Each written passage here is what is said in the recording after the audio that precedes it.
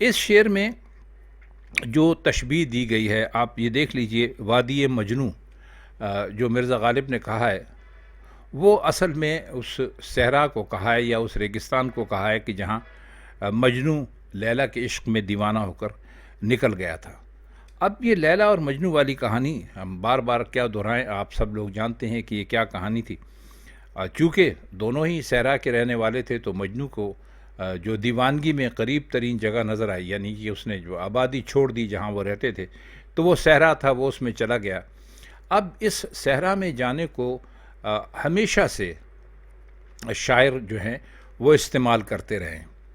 اس کو انہوں نے سیاسی معاملات میں بھی استعمال کیا ہے، سماجی معاملات میں بھی استعمال کیا ہے، عشق و عاشقی کے معاملات میں بھی استعمال کیا ہے۔ تو مجنوں اور صحرا یوں آپ سمجھ لیجئے کہ ایک طرح کا لازم و ملزوم، ایک طرح کا استعارہ بن گیا ہے، اشارہ بن گیا ہے، کنایہ بن گیا ہے، یا ایک مثال بن گئی ہے۔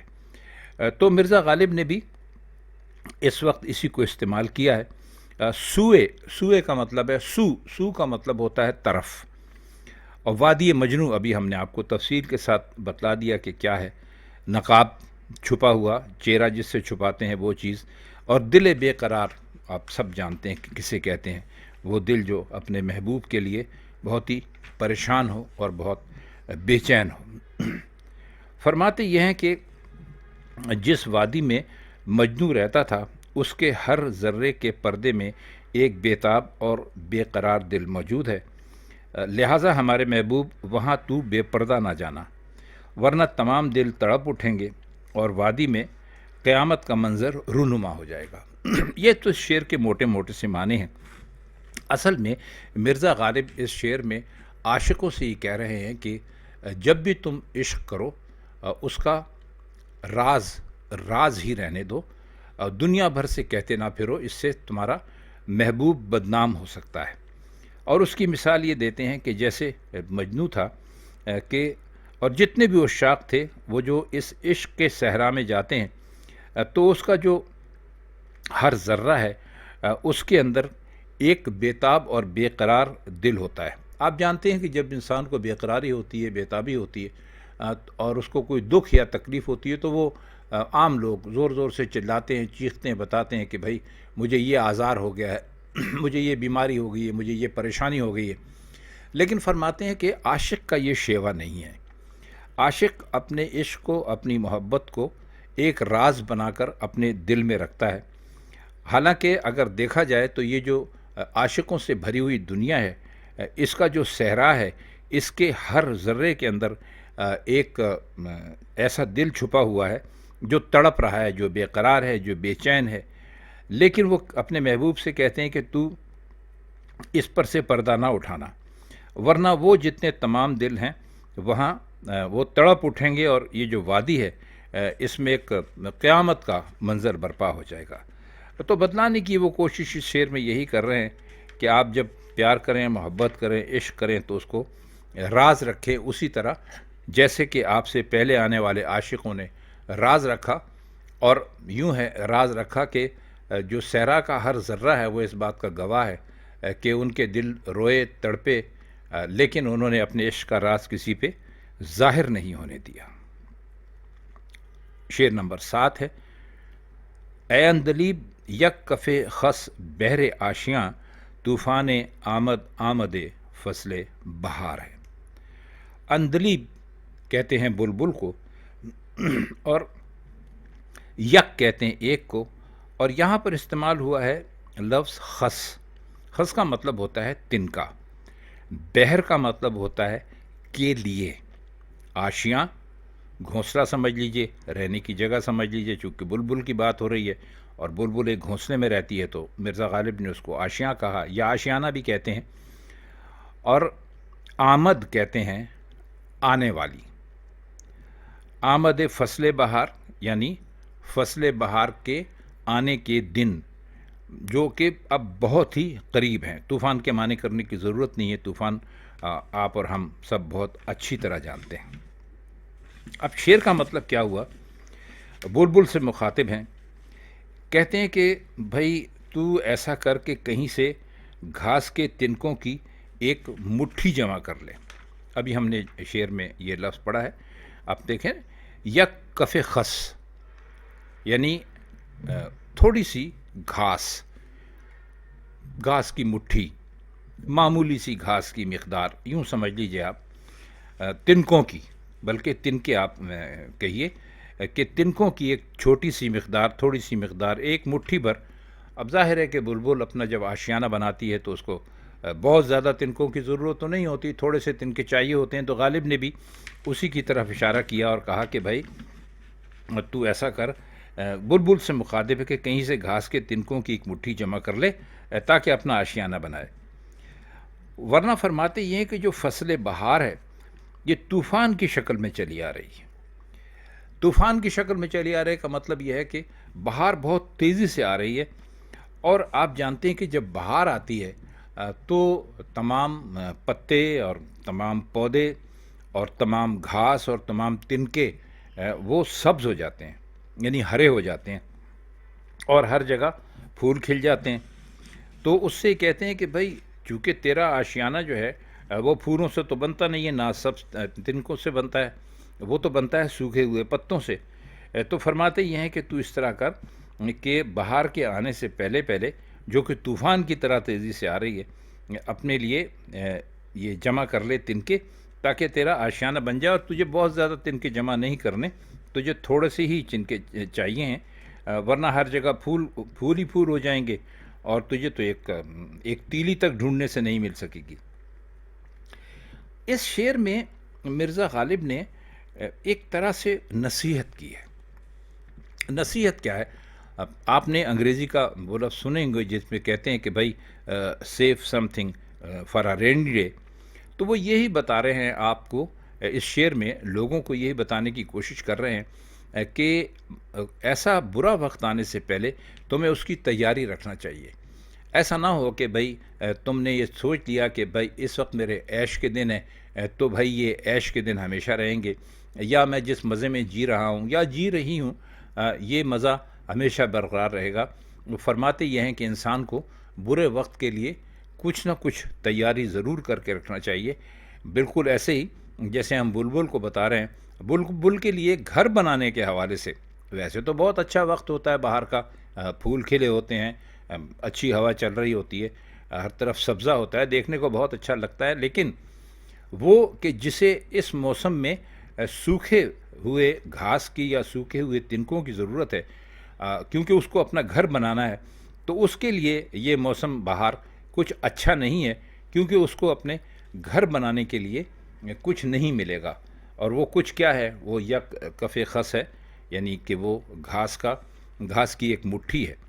تو شعر میں یہی بتانے کی وہ کوشش کر رہے ہیں کہ انسان کو ہمیشہ برے وقت کے لیے تیار رہنا چاہیے، اور اس کے لیے ہمیشہ کچھ نہ کچھ ایسا بندوبست ضرور کر کے رکھنا چاہیے کہ اسے بعد میں تکلیف نہ ہو. تو شعر بہت اچھا ہے.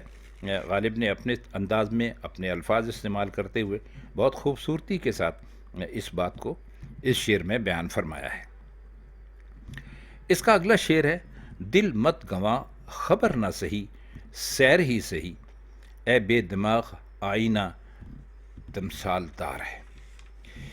اس میں کچھ الفاظ ہیں ضرور جو ہم ضرور آپ کی خدمت میں پیش کریں گے. سیر کے دو معنی ہو سکتے ہیں. ایک تو آپ جانتے ہیں گھومنا پھرنا. ایک سیر کا مطلب یہ بھی ہو سکتا ہے کہ سلوک کی وہ منزلیں، عبادت جب انسان کرنا شروع کرتا ہے، اپنے رب کی طرف رجوع کرتا ہے، اوپر والے کا بالکل بن جاتا ہے، تو اس کی مختلف منزلیں ہوتی ہیں جنہیں سلوک کی منازل یا سلوک کی منزلیں کہتے ہیں. تو ان مختلف منزلوں میں جانے کے لیے بھی یہ غالب نے سیر والا لفظ استعمال کیا ہے. آئینہ، آپ سب لوگ جانتے ہیں کہ آئینہ کس چیز کو کہتے ہیں. وہ چیز جس کے اندر کہ انسان کو اپنی شکل نظر آتی ہے. اور تمثال دار کا مطلب ہے بہت ساری تصویریں، جسے ہم اور آپ آج کل البم نہیں کہتے، یہی جس ایک تصویروں کا مرقع سمجھ لیجیے اگر اچھی اردو میں کہیں تو. اور سیر ابھی ہم نے آپ کو بتایا کہ یہ بھی ہے، اور دوسرے معنی میں یہ بھی ہے کہ بھائی جو اہل سلوک کو روحانی منزلوں میں پیش آتی ہیں. تو یہ جو اس شعر میں آپ نے دیکھا ہوگا کہ انہوں نے بے دماغ کہا ہے. تو بے دماغ سے ان کا مطلب یہ ہے کہ وہ کوئی ایسا انسان جو جس کے پاس نہ عقل ہو اور نہ شعور ہو، نہ سمجھنا چاہتا ہو، نہ سوچنا چاہتا ہو، تو اس کو انہوں نے بے عقل کو کہا ہے کہ بھئی اے عقل شعور سے کام نہیں لینے والے، اپنے دل کو ضائع مت کر۔ اگر اس کے ذریعے سے تجھے معرفت کا نور حاصل نہیں ہو سکتا تو کوئی بات نہیں، لیکن اس میں ایسی تصویریں تو موجود ہیں جو تیرے لیے سیر و تفریح کا باعث بن چکی۔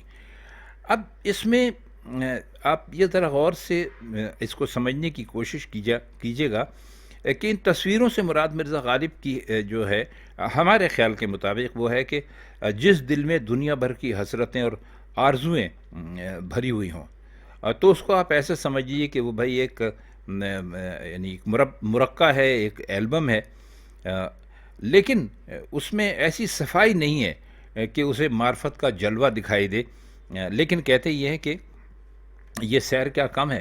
مطلب یہ کہ انسان اپنے دل میں جو حسرتیں اور آرزویں پالے رہتا ہے، اگر وہ پوری نہیں ہوتی تب بھی یہ کیا کم ہے کہ وہ پیدا ہوتی ہیں۔ اب آپ ذرا اس پر غور کیجئے۔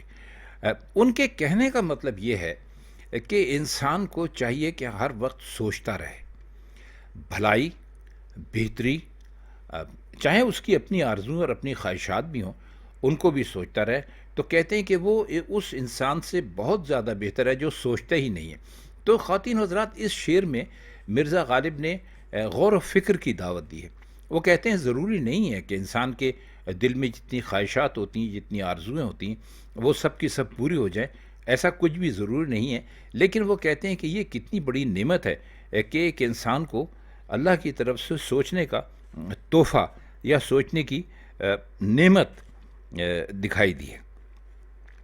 اب یہ بھی ہو سکتا ہے کہ دیکھیں اس کے دو پہلو ہیں، ایک تو ہے دکھائی دینے والا، دوسرا صرف معنوی پہلو ہے۔